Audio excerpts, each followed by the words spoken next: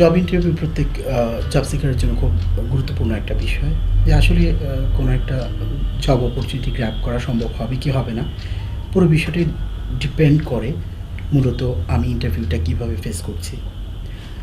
তো আমরা অনেক ক্ষেত্রেই লক্ষ্য করছি যে স্টুডেন্টসরা আসলে জব ইন্টারভিউ সম্পর্কে খুব বেশি কনসিয়াস না, তারা আনরেডি অবস্থায় জব ইন্টারভিউগুলোতে ফেস করতে চান না এবং অধিকাংশ ক্ষেত্রেই তারা ব্যর্থ হন।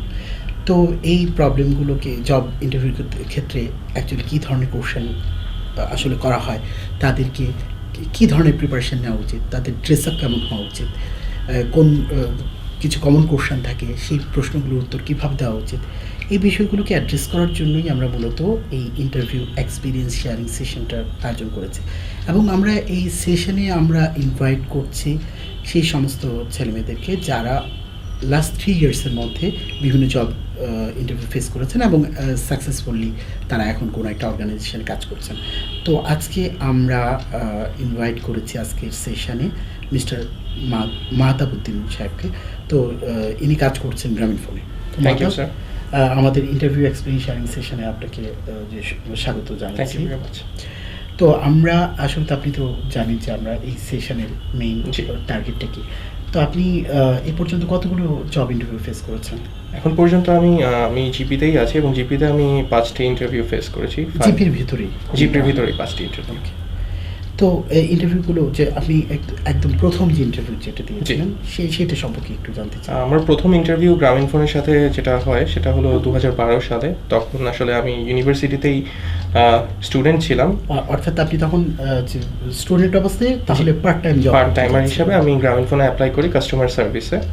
তো সেই ইন্টারভিউ সেশনটি আমার জন্য আর কি একটা লাইফ চেঞ্জিং ইন্টারভিউ সেশন ছিল, বিকজ ইন্টারভিউ সেশনটির জন্য আসলে আমি খুবই হোমওয়ার্ক করেছিলাম আর কি। যে জিনিসটা করতে হয় আমার কাছে যেটা মনে হয়েছিল ওই সময়, যে কোনো কোম্পানিতে যদি আমি অ্যাপ্লাই করি অবশ্যই আমাকে সেই কোম্পানি সম্পর্কে কিছু বেসিক আইডিয়া নিতেই হবে। এই জায়গাটায় আসার আগে আমি আরেকটু পেছনে যাই, ইন্টারভিউ প্রসেসটা কেমন ছিল?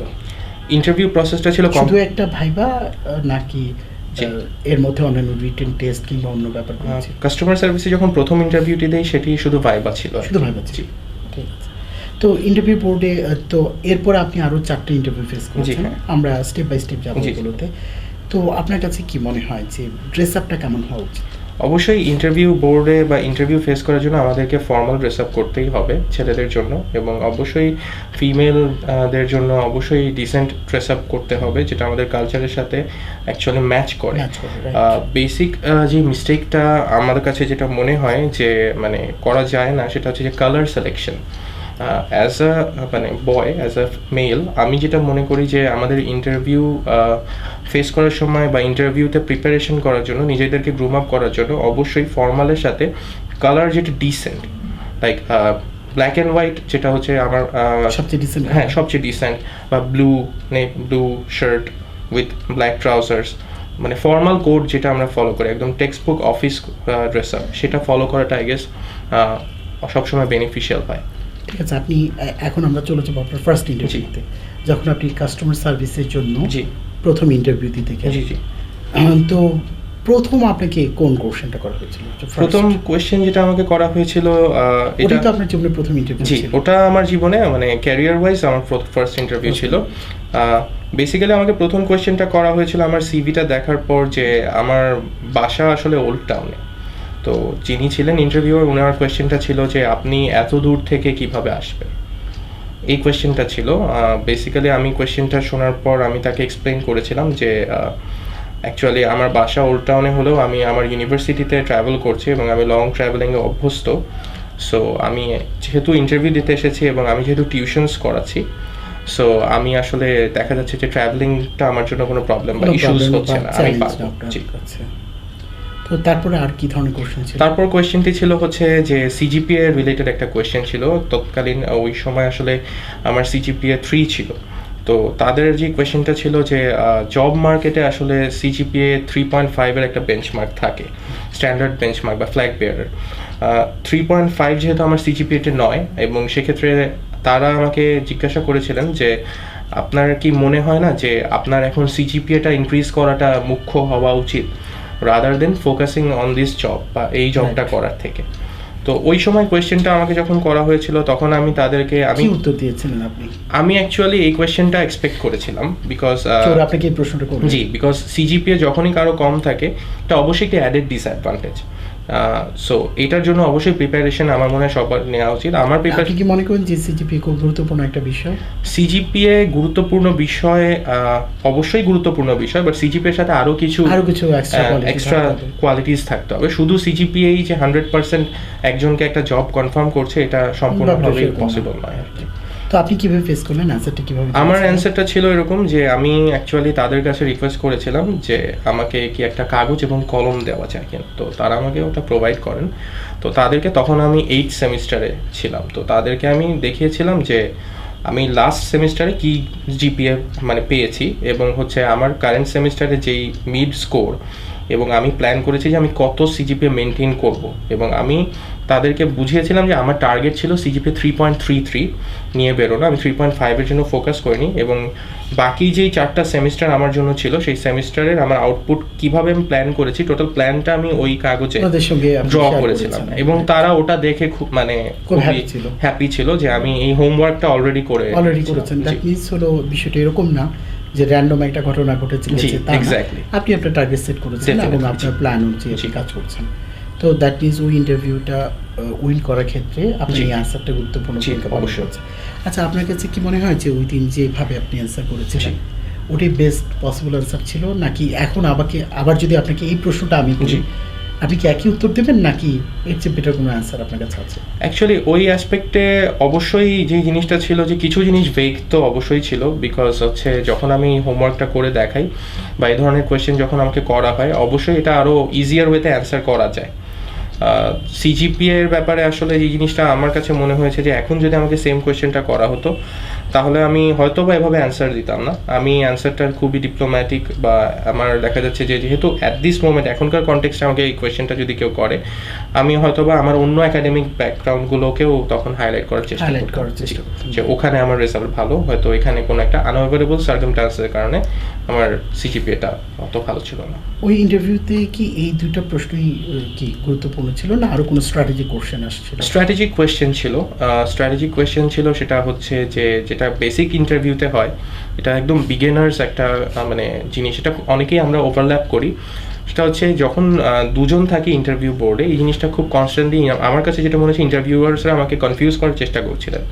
সেটা ছিল যে একজন ছিলেন যিনি বাংলায় কথা বলছিলেন আর আরেকজন ছিলেন যিনি ইংলিশে কথা বলছিলেন। তো যেটা হচ্ছিল যে দুজনই সাইমালটেনিয়াসলি কোয়েশ্চেন করেই যাচ্ছিলেন, এবং ওনারা টেস্ট করে দেখছিলেন যে আমার কাছে মনে হয়েছিল যে আমি মানে যখন যিনি ইংলিশে বলছেন তখন তাকে আমি বাংলায় অ্যান্সার দিচ্ছি কিনা। ফর্চুনেটলি আমি এই জিনিসটা মেনটেন করতে পেরেছিলাম যে যখন আমাকে ইংলিশে কোয়েশ্চেন করা হচ্ছিল আমি ইংলিশেই অ্যান্সার করেছি, এবং আরেকজন যিনি বাংলায় কোয়েশ্চেন করেছিলেন তো ওনাকে আমি বাংলাতেই অ্যান্সার দিতে পেরেছি। তার মানে আপনার আমাদের এখনকার পয়েন্ট থেকে একটা গুরুত্বপূর্ণ তথ্য আমরা পেলাম। জি, যদি ইন্টারভিউ বোর্ডে ইংলিশে প্রশ্ন করা হয় জি ইংলিশে উত্তর দেওয়া, ডেফিনেটলি। যদি বাংলায় প্রশ্ন করা হয় বাংলায় উত্তর দেওয়া উচিত। যদি একই ইন্টারভিউ বোর্ডে কোনো একজন ইন্টারভিউয়ার বাংলায় করেন তাহলে তার ক্ষেত্রে তার প্রশ্নের উত্তরের ক্ষেত্রে বাংলায় দিতে হবে। যদি আরেকজন ইন্টারভিউয়ার ইংলিশে প্রশ্ন করেন তাহলে তার প্রশ্ন ইংরেজিতে দিতে হবে। Definitely sir. খুব গুরুত্বপূর্ণ একটা বিষয়। তারপর আপনি তো পার্মানেন্ট জবের জন্য অ্যাপ্লাই করেছিলেন? জি, পার্মানেন্ট জবের জন্য আমি যখন অ্যাপ্লাই করি আসলে আমাকে দুটি ফেজে ইন্টারভিউ দিতে হয়। প্রথম ফেজে ছিল প্রথম ফেজটা ছিল অ্যাকচুয়ালি কম্পিটেন্সি বেসড। ওখানে আমাকে আসলে অনেক অ্যাডভান্স লেভেলের কোয়েশ্চেন করা হয়, অনেক স্ট্র্যাটেজিক কোয়েশ্চেন। সেটা কি ইন্টারভিউ মানে ইন্টারভিউ? জি, ভাইবা। হ্যাঁ, ভাইবা।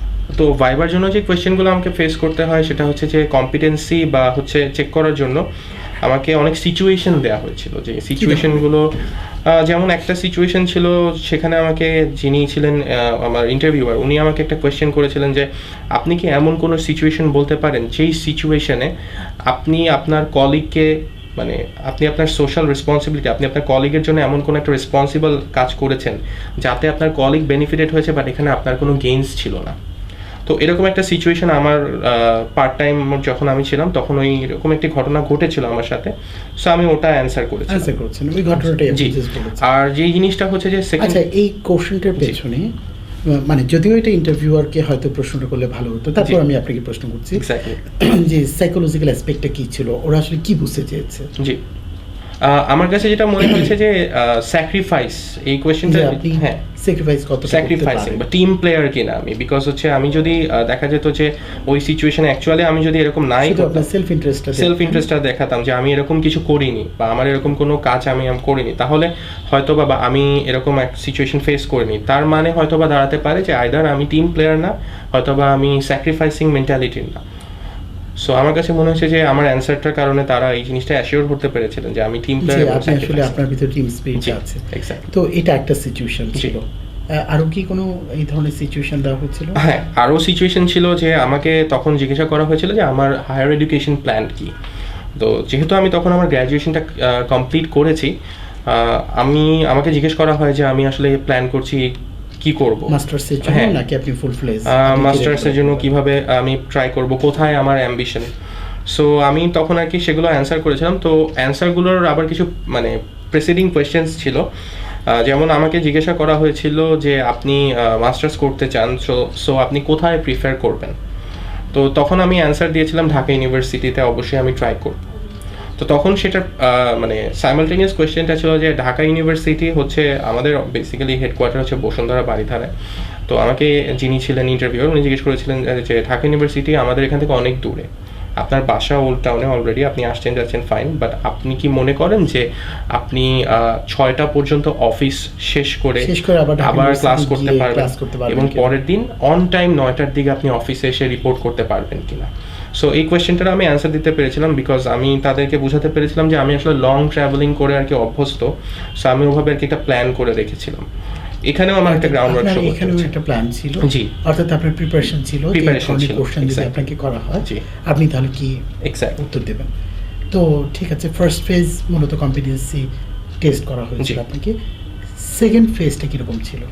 সেকেন্ড ফেজটা ছিল আমার মানে এটা মোর অফ আ ভাইবাই ছিল, এবং সেটা আসলে আমার কাছ থেকে অনেক বেশি মানে ফিডব্যাক নেওয়ার মতো একটা সিচুয়েশন ছিল, যে লাইক আমাদের কোম্পানির স্ট্র্যাটেজি কিছু পয়েন্টস থাকে এবং আমাদের পলিসি থাকে, বা আমার কাছে মনে হয় কিনা যে আমাদের কোনো ডেভেলপমেন্ট এরিয়া আছে কিনা, আমাদের এক্সিস্টিং গোলস কিছু মডিফাই করা উচিত ছিল কিনা, মানে কোয়েশ্চেনগুলো ছিল যে আমি যেহেতু আপনি ইন্টারনাল অনেকগুলো পলিসি সম্পর্কে জানতেন, জি জি কারণ আপনি অলরেডি কাজ ছিলাম। করেছেন বিভিন্ন সময়, তার মানে আপনার সেকেন্ড ভাইভাতে কোশ্চেন করা হচ্ছিল ওই জি, রিলেটেড, exactly. অর্থাৎ আপনি অনেকদিন কাজ করেছেন, জি সেই ক্ষেত্রে আপনি কোনো সিস্টেম ডেভেলপমেন্টের ক্ষেত্রে আপনার জি সাজেশন আছে কিনা এক্স্যাক্টলি। এই ব্যাপারটাই জানতে চাইছি। তো সেক্ষেত্রে কি আপনার কোনো সাজেশন ছিল? অবশ্যই আমার সাজেশন ছিল। আমি বেসিক্যালি মানে ওই সময় এই কোয়েশ্চেনের জন্য প্রিপেয়ার ছিলাম না, বিকজ সেকেন্ড লেভেলে ইন্টারভিউ ওটা আমার জীবনে প্রথম ছিল। তো যখন আমাকে প্রসেস বিল্ডিং বা এই ধরনের কোয়েশ্চেনগুলো করা হয় যে এমন কোনো ডেভেলপমেন্ট করা যায় কিনা যেটা আমাদেরকে বেনিফিট করবে, আমার একটু ব্রেন স্টর্ম করতে হয়। তো যেই জিনিসটা আমি মনে করেছিলাম যে ওখানে আসলে অন দ্যাট টাইম যেই জিনিসটা হয় যে অনেক সময় আমরা নার্ভাস হয়ে যাই ইন্টারভিউয়ার যখন কোনো কোয়েশ্চেন করে যেটা আমার জানা নেই বা আপনি প্রিপেয়ার্ড না ওই প্রশ্নটার জন্য, আমি তখন যদি বলি যে অনেকে নার্ভাস হয়ে যায়, আমি সরি স্যার এই ব্যাপারে আসলে আমার কোনো অপিনিয়ন দিতে পারছি না বা এরকম এই ধরনের কোয়েশ্চেনটা আমার সাজেশন অনুযায়ী না করা ভালো। আমি যেটা করেছিলাম যে আমি একটু চুপ ছিলাম কয়েক মিনিট, 1 থেকে 2 মিনিট আমি একটু টাইম নেই, থিঙ্ক করে আমি তাদেরকে একটা মানে র্যান্ডম অন দ্যাট মোমেন্ট আমার মাথায় বা আমার থিঙ্কিং এ যেটা আসে হ্যাঁ বাট আমার অ্যান্সার দিতে হয়েছে, এবং অ্যান্সারটা যেহেতু এটা আসলে একটা ওপেন এন্ডেড কোয়েশ্চেন ছিল, এমন না যে আমি কোনো কিছু বলবো সেটা ভুল হবে, মানে এরকম না যে কোনো কোয়ান্টিটেটিভ ডাটা আপনাকে প্রোভাইড করতে হবে, ব্যাপারটা এরকম না, জাস্ট একটা ডিসকাশন টাইপের। তো আপনি একটা অপিনিয়ন দিয়েছেন? জি আমি একটা অপিনিয়ন দিয়েছিলাম। আচ্ছা, আপনার কাছে তার মানে আপনি মনে করছেন যে একবারে চুপ না থেকে Definitely. কিংবা সরি না বলে জি আপনি যতটা বুঝতে পারেন জি সেই অনুযায়ী উত্তর দেওয়া উচিত এই ধরনের প্রশ্নের ক্ষেত্রে। এই ধরনের প্রশ্নের ক্ষেত্রে। তো আর কি কোনো উল্লেখযোগ্য দিক ছিল এই ইন্টারভিউটাতে? আসলে এটা মানে সেকেন্ড লেভেলে যেটা ছিল এটা খুবই ব্রিফ একটা ইন্টারভিউ ছিল। তো এখানে আসলে যখন আমি ফার্স্ট পার্মানেন্ট হওয়ার জন্য অ্যাপ্লাই করি, আমাকে এই কোয়েশ্চেনগুলো করার পর বেশিক্ষণ আর ইয়ে হয়নি। পরে যখন আমি প্রমোশনের জন্য মানে অ্যানালিস্ট প্রমোশনের জন্য আবার অ্যাপ্লাই করি, তখন আসলে আরও আরও ডিফিকাল্ট ইন্টারভিউ ফেস করতে হয়। তো ওটার যখন ফার্স্ট লেভেলটা আসে, ওখানে আসলে আমাকে ক্রাইসিস রিলেটেড কিছু কোয়েশ্চেন করা হয়। অ্যাকচুয়ালি বেসিক্যালি আমার ব্যাকগ্রাউন্ডটা HR, তো ইন্টারভিউয়ার্সরা এটা জানতেন। তো আমাকে কিছু HR ক্রাইসিস পয়েন্টস তুলে ধরা হয়, যে এই ক্রাইসিস পয়েন্টগুলোর কিছু সলিউশন আমাকে দিতে বলা হয়েছিল, এবং এটা পুরোপুরি ওপেন এন্ডেড কোয়েশ্চেন ছিল। এগেইন এখানে যেহেতু ওপেন এন্ডেড কোয়েশ্চেন ছিল, এখানে যদি আমি মানে জিনিসটাতে ভেগ অ্যান্সার দিতাম, আমার কাছে মনে হয় যেটা প্রবলেম ওপেন এন্ডেড কোয়েশ্চেনে আমার সাজেশন হচ্ছে যে অবশ্যই যেহেতু এটা এখানে কোনো বাধা ধরা নিয়ম নেই যে এটাই রাইট বা এটাই মানে আপনার ইনোভেশন, আপনার ইনোভেটিভ, আপনার এক্স্যাক্টলি চিন্তা করার জায়গা আছে, Exactly. এবং আপনি নতুন একটা দৃষ্টিভঙ্গি জি। থেকে আপনি একটা প্রশ্ন উত্তর দিতে পারেন, এবং আপনি মনে করেন এটাই বেটার ওপেন এন্ডেড এটাই ওপেন এন্ডেড কোয়েশ্চেনের ক্ষেত্রে এটা অবশ্যই এটা must. অবশ্যই জি। অবশ্যই বেটার। তো আপনি আমাদের আরেকটা বিষয়ে যাই, যে অনেক স্টুডেন্টসদের ক্ষেত্রে আমরা লক্ষ্য করি যে তারা জব ইন্টারভিউর জন্য কোনো ধরনের প্রিপারেশন নেয় না। জি, তো আপনার কাছে কি মনে হয় যে কিভাবে প্রিপারেশন নেওয়া উচিত? অবশ্যই আপনি বলেছেন যে আপনি এটা জি। কিছু কোশ্চেনের জন্য আপনি আগে থেকে রেডি জি, ছিলেন। অবশ্যই আপনি আপনার ফার্স্ট ইন্টারভিউ বলেছেন যে যখন আপনার সিজিপি নিয়ে কোশ্চেন জি। করা হলো, আপনি প্রথমে অ্যান্টিসিপেট করেছেন যে আপনি যেহেতু সিজিপিটা একটু লো জি। ছিল, তো আপনি এইটার উত্তর দেওয়ার জন্য একটা লজিক্যাল স্ট্রাকচার আপনি আগে জি। থেকে তৈরি করেছেন। তো আপনার দৃষ্টিভঙ্গি থেকে যে একজন ফ্রেশ গ্রাজুয়েটস একটা ইন্টারভিউ ফেস করার জন্য নিজেকে কিভাবে তৈরি করবে? অবশ্যই একজন ফ্রেশ গ্র্যাজুয়েটের প্রতি আমার অ্যাডভাইস থাকবে যে তাকে আগে ডিটারমাইন করতে হবে যে তার অ্যাম্বিশন কি, তার ড্রিম কি, সে কোথায় জব করতে চায়। তো আর যখন ক্যারিয়ার প্যাথ সম্পর্কে তার একটা মানে যে আইডিয়া থাকবে যে আমি এখানে অ্যাপ্লাই করবো বা আমি এখানে কাজ করব, অবশ্যই সিভি দেওয়ার পর যদি সে কল পায় এবং তাকে যখন ইন্টারভিউর জন্য ডাকা হবে, তার বেসিক ব্রেড অ্যান্ড বাটার যেটা আমি মনে করি যে সেই কোম্পানির ভিশন এবং মিশন আমার এটা কাছে ভালো করে জানতে হবে। এটা খুব ভালো করে জানতে হবে, বিকজ এটা একটা টেক্সট বুক কোয়েশ্চেন। আমি হয়তো বা তখন আসলে এটা আজকে একটা কোয়েশ্চেন ছিল আমার প্রথম ইন্টারভিউতে, যে গ্রামীণ ফোনের ব্যাপারে কিছু বলুন। এটাও একটা কোয়েশ্চেন ছিল, এটাও একটা একদম প্রথম question। কোয়েশ্চেন। তো তখন আমি বলেছিলাম যে গ্রামীণ ফোনের ভিশন হচ্ছে এম্পাওয়ারিং সোসাইটিস, আর মিশন হচ্ছে টু হেল্প আওয়ার কাস্টমার্স। তো এই কোয়েশ্চেনটা শুনে তারা আর কি আমাকে জিজ্ঞাসা করেছিলেন যে তাহলে আপনি আমাদের ব্যাপারে স্টাডি করে এসেছেন, বোঝা যাচ্ছে। সো বেসিক্যালি একটা কোম্পানিতে যখন কেউ অ্যাপ্লাই করবে তাকে অবশ্যই ভিশন, মিশন, কোম্পানির বেসিক মানে হিস্ট্রি, তারা কি সম্পর্কে করছে, জানতে হবে। তাদের কিছু বেসিক নলেজ অবশ্যই রিসার্চ করে যেতে হবে। অর্থাৎ দ্যাট মিনস আপনার ফার্স্ট সাজেশন হচ্ছে যে ইন্টারভিউ বোর্ডে যাওয়ার আগে ওই কোম্পানি সম্পর্কে ছোট একটু রিসার্চ জি, ডেফিনেটলি। ভিশন এবং মিশন ভালোভাবে জানতে হবে, এবং অন্যান্য বেসিক কিছু ইনফরমেশন জানতে হবে, যাতে করে ইন্টারভিউ বোর্ড বুঝতে পারে জি, যে সে আসলে জবটার ব্যাপারে সিরিয়াস। Definitely sir. জি, আপনি কি এটাও অ্যাড করবেন যে যে জব অফার করা হয়েছে, যে পজিশনের এগেনস্টে সে অ্যাপ্লাই করেছে, জি, ওই তার জব রেসপন্সিবিলিটিগুলো সম্পর্কেও কি জানা উচিত? ডেফিনেটলি অবশ্যই। একটা সার্কুলারে আমি যখন অ্যাপ্লাই করছি, অবশ্যই আমার সেই কোম্পানি সম্পর্কে জানার পাশাপাশি আমি কিসের জন্য অ্যাপ্লাই করছি এটাও আমাকে জানতে হবে। এইটা তো অবশ্যই একটা খুবই মানে এই জিনিসগুলো খুবই সেন্সিটিভ। অনেক সময় আসলে আমরা অ্যাপ্লাই করি, অ্যাপ্লাই করার পর অ্যাকচুয়ালি দেখা যাচ্ছে যে অনেক সময় অনেক টার্মস না বুঝেই অ্যাপ্লাই করে ফেলি। আমি এরকম একটা সিচুয়েশন ফেস করেছিলাম যেখানে হচ্ছে আমারই কলিগ যিনি আমার সাথে ইন্টারভিউ দেন, উনি একটা মিস্টেক করেছিলেন অ্যাকচুয়ালি।